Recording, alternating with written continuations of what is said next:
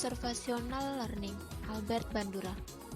Teori observational learning dikembangkan oleh Albert Bandura. Menurut Bandura, perilaku dapat terbentuk melalui observasi model secara langsung yang disebut dengan imitasi, dan melalui pengamatan tidak langsung yang disebut dengan vicarious conditioning.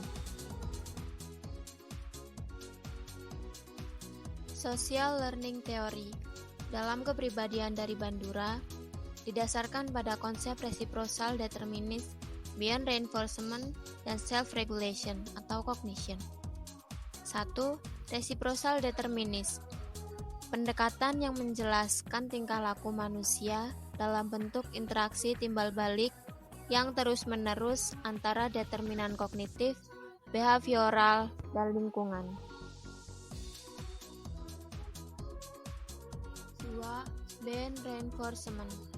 Reinforcement penting dalam menentukan apakah suatu tingkah laku akan terus terjadi atau tidak. 3. Cognition dan self-regulation. Konsep Bandura menempatkan manusia sebagai pribadi yang dapat mengatur diri sendiri atau self-regulation dan mempengaruhi tingkah laku. Struktur kepribadian. Perubahan tingkah laku dalam sistem Bandura kuncinya adalah perubahan ekspektasi dari self-efficacy. Self-efficacy atau kebiasaan diri dapat diubah melalui 4 jenis pengalaman, yakni pengalaman berprestasi, pengalaman vicarious, saran verbal, dan pembangkitan emosi. Dinamika kepribadian. Seseorang dapat belajar dari pengamatan atau observasi tergantung kepada: pertama, apakah pengamat dapat mengikuti dan melihat secara cermat apa yang dilakukan modelnya. 2.